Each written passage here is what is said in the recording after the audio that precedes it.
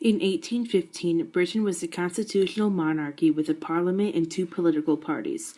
Still, it was far from democratic. Although members of the House of Commons were elected, less than 5% of the people had the right to vote. Wealthy nobles and squires, or country landowners, dominated politics and heavily influenced voters. In addition, the House of Lords, made up of hereditary nobles and high-ranking clergy, could veto any bill passed by the House of Commons. An even greater battle soon erupted over making Parliament more representative. During the Industrial Revolution, centers of population shifted. Some small towns lost so many people that they had few or no voters. Yet local landowners in these rotten boroughs still sent members to Parliament. At the same time, populous new industrial cities had no seats in Parliament because they had not existed as population centers in earlier times. By 1830, Whigs and Tories were battling over a bill to reform Parliament. The Whig Party largely represented middle class and business interests. The Tory Party spoke for nobles, landowners, and others whose interests and income were rooted in agriculture. Parliament finally passed the Great Reform Act in 1832. It redistributed seats in the House of Commons, giving representation to large towns and cities and eliminating rotten boroughs. It also enlarged the electorate, the body of people allowed to vote, by granting suffrage to more men. The act did, however, keep a property requirement for voting. The Reform Act of 1832 did not bring full democracy, but it did give a greater political voice to middle-class men. Landowning nobles, however, remained a powerful force in the government and in the economy.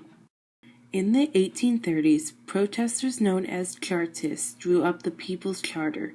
This petition demanded universal male suffrage, annual parliamentary elections, and salaries for members of Parliament. Another key demand was for a secret ballot, which would allow people to cast their votes without announcing them publicly. From 1837 to 1901, the great symbol in British life was Queen Victoria. Her reign was the longest in British history. Although she exercised little real political power, she set the tone for what is now called the Victorian Age. In the 1860s, a new era dawned in British politics. The old political parties regrouped under new leadership. Benjamin Disraeli forged the Tories into the modern Conservative Party. The Whigs, led by William Gladstone, evolved into the Liberal Party. Between 1868 and 1880, Gladstone and Disraeli alternated as prime ministers. Disraeli and the Conservative Party pushed through the Reform Bill of 1867. By giving the vote to many working-class men, the new law almost doubled the size of the electorate. In the 1880s, it was the turn of Gladstone and the Liberal Party to extend suffrage. Their reforms gave the vote to farm workers and most other men. By century's end, almost universal male suffrage, the secret ballot, and other Chartist ambitions had been achieved. Britain had transformed itself from a constitutional monarchy to a parliamentary democracy, a form of government in which the executive leaders, usually a prime minister and cabinet, are chosen by and responsible to the legislature and are also members of it. In the early 1900s, many bills passed by the House of Commons met defeat in the House of Lords. In 1911, a Liberal government passed measures to restrict the power of the Lords, including their power to veto tax bills. The Lords resisted. Finally, the government threatened to create enough new Lords to approve the law, and the Lords backed down. People hailed the change as a victory for democracy. In time, the House of Lords would become a largely ceremonial body with little power. The elected House of Commons would reign supreme. In the early 1800s, Britain, like other European nations, taxed foreign imports in order to protect local economies. But supporters of free trade, or trade between countries without quotas, tariffs, or other restrictions, demanded an end to such protective tariffs. They agreed that a policy of laissez-faire would increase prosperity for all. If taxes were abolished, merchants everywhere would have larger markets in which to sell their goods, and consumers would benefit from open competition. Some British tariffs were repealed in the 1820s. However, fierce debate erupted over the Corn Laws, which imposed high tariffs on imported grain. Farmers and wealthy landowners supported the Corn Laws because they kept the price of British grain high. Free traders, however, wanted Parliament to repeal the Corn Laws. They argued that repeal of these laws would lower the price of grain, make bread cheaper for workers, and open up trade in general. Parliament finally repealed the Corn Laws in 1846. However, in the late 1800s, economic hard times led Britain and other European countries to impose protective tariffs on many goods again. During the 1700s, British ships were carrying more Africans to the Americas than any other European country. Under pressure from middle-class reformers in Britain, France, and the United States, the abolition movement slowly took off. In 1807, Britain became the first European power to abolish the slave trade. Finally, in 1833, Parliament passed a law banning slavery in all British colonies. Other reforms were aimed at the criminal justice system. In the early 1800s, more than 200 crimes were punishable by death. Such capital offenses included not only murder, but also shoplifting, sheep stealing, and impersonating an army veteran. In practice, some juries refused to convict criminals because the punishments were so harsh. Executions were public occasions, and the hanging of a well-known murderer might attract thousands of curious spectators. Reformers began to reduce the number of capital offenses. By 1850, the death penalty was reserved for murder, piracy, treason, and arson. Many petty criminals were instead transported to penal colonies, or settlements for convicts. In 1868, Parliament ended public hangings. Additional reforms improved prison conditions and outlawed imprisonment due to debt. Parliament passed laws to regulate conditions in factories and mines. In 1842, for example, mine owners were forbidden to employ women or children under age 10. An 1847 law limited women and children to a 10-hour day. Later in the 1800s, the government regulated many safety conditions in factories and mines, and sent inspectors to see that the laws were enforced. Other laws set minimum wages and maximum hours of work. During the late 1800s and early 1900s, both political parties enacted social reforms to benefit the working class. Disraeli sponsored laws to improve public health and housing for workers in cities. Under Gladstone, an Education Act called for free elementary education for all children. Gladstone also pushed to open up government jobs based on merit rather than on birth or wealth. Another force for reform was the Fabian Society, a socialist organization founded in 1883. The Fabians promoted gradual change through legal means rather than by violence. Though small in number, the Fabians had a strong influence on British politics.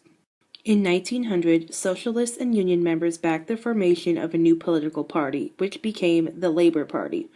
The Labour Party would quickly grow in power and membership until, by the 1920s, it surpassed the Liberal Party and became one of Britain's two major parties. In the early 1900s, Britain began to pass social welfare laws to protect the well-being of the poor and disadvantaged. These laws protected workers with accident, health, and unemployment insurance as well as old age pensions. The middle class hailed reforms as proof that democracy was working. It wasn't until 1918 that Parliament finally granted suffrage to women over age 30. Younger women did not win the right to vote for another decade.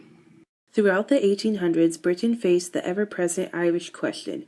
The English had begun conquering Ireland in the 1100s.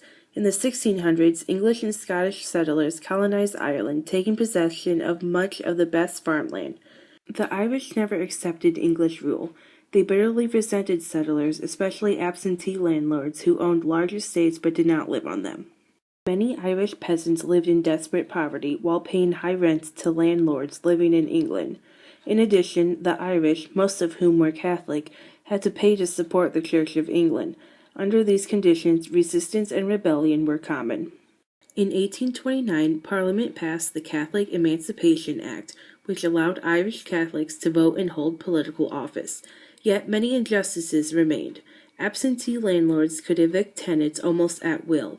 Other British laws forbade the teaching and speaking of the Irish language. In the 1850s, some Irish militants organized the Fenian Brotherhood. Its goal was to liberate Ireland from British rule by force. In the 1870s, moderate Irish nationalists found a leader in Charles Stewart Parnell. He rallied Irish members of Parliament to press for home rule or local self-government. The Irish question disrupted English politics. At times, political parties were so deeply split over the Irish question that they could not take care of other business. As Prime Minister, Gladstone pushed for reforms in Ireland. He ended the use of Irish money to support the church and tried to ease the hardships of Irish tenant farmers. New laws prevented landlords from charging unfair rents and protected the rights of tenants to the land they worked. Finally, in 1914, Parliament passed a Home Rule Bill, but it delayed putting the new law into effect when World War I broke out that year. The southern counties of Ireland finally became independent in 1921. France under Napoleon III. Starting after the Revolution of 1848, Napoleon III rose to power and set up the Second Empire. People saw him as a great leader who would be able to change the ways of society and fix major problems. His promises to end poverty gave the lower class hope. His name seemed to draw people because of the reminder of the days when France was greater than all of Europe. Napoleon III, however, would not be able to live up to his famous uncle, Napoleon Bonaparte. Limits on liberty. The Second Empire looked a lot like a constitutional monarchy. Napoleon III ruled like a dictator.